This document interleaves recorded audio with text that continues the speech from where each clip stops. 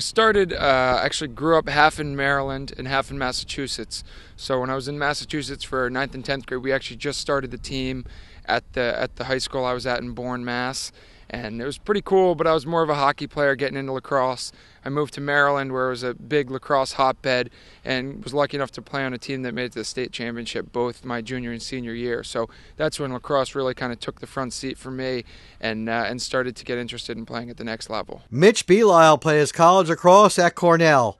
I was lucky enough to have a coach who saw the potential in me and really pushed Coach Tambroni to give me a shot at Cornell.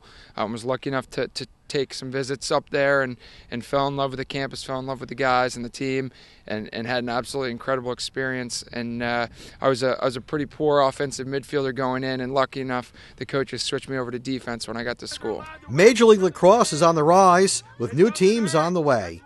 Next summer, the MLL is going to be adding 2 new teams. We're seeing it in a lot of the cities we play in Boston. We're lucky enough to have some of the best fans. We get 9,000 or 10,000 fans at both indoor and outdoor games, which is great. This past weekend, I was just up in Buffalo where we played in front of 17,500 fans in the HSBC Arena, which is a pretty incredible experience. So it's growing, and we definitely, I think with the growth at the youth level is definitely helping to spark that growth at the professional level as well. Belisle wants to instill fundamentals and appreciation of the game. The love for the game is something that for me, it's given me so many great opportunities to travel places, to meet great friends. So for me, it's to make sure they have even some of those experiences through the game. Obviously competing and getting out there and competing in any sport is a lot of fun. But if you can make great friends, if you can, get a lot of opportunities to see the world, see the country, those are just icing on the cake. So we want to make sure these kids are learning the game, learning the right way to play it, so that way they can have a lot of fun with the game, they can compete, and they can hopefully have some of the great experiences that Ned and I have been blessed to have. Ned Crotty was also at the camp. He played his college lacrosse at Duke University. It's kind of funny, when I was getting recruited, it was kind of the last place I wanted to go. But it just ended up being the right place and the right fit for me. With the way that the coaching staff was and the team that was there really made me feel comfortable. And loved my 5 years there, and made it to 3 Final Fours in a row. And finally to get back there, my 5th year and win a national championship was unbelievable. And being able to bring the first national championship in lacrosse to Duke was something I'm really proud to be a part of. Crotty also won a gold medal with Team USA in 2010.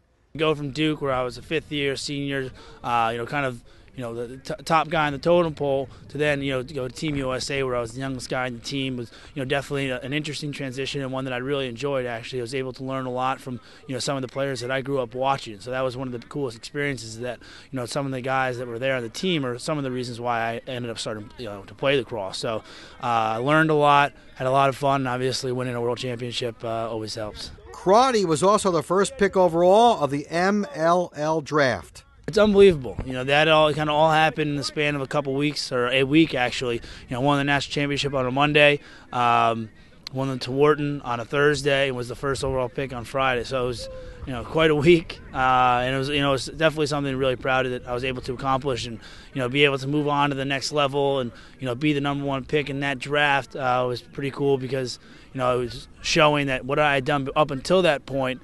people saw and appreciated, and that's what gave me that #1 overall pick. And the MLL game is great. I think a lot of people always ask what the biggest difference is, and being able to play at Duke and playing that fast-paced type style that we did really helped prepare me for the MLL, and it's something that I'm really enjoying. Crotty wants these youngsters to take away an understanding of the basics. The fundamentals. It's funny, kids always seem to think that as you get older, the fundamentals become less important, but as you get older, the fundamentals become more and more important. I remember down at Duke, it was always about the fundamentals, ground balls, passing, catching, because if you can't do that stuff, there's no way you can be successful. So really trying to, especially for these new guys who are just starting out, really trying to instill the fundamentals in them and show them how important that they really are. Lacrosse is the fastest growing sport in America.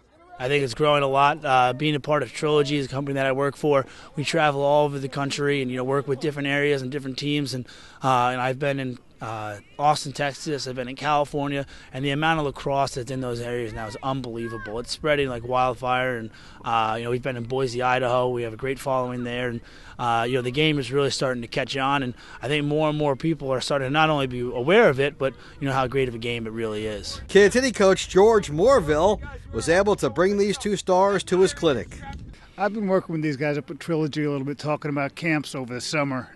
They said they would like to come down and meet some of our kids, help us promote it a little bit. So I invited them down. They decided they could come down and run today's practice, and then said, if you can get me a few juniors to come and junior program. And the Kittatinny junior program, as you can see, is doing pretty well. We got 40, 50 kids out here today, and it's about 1/3 of the program.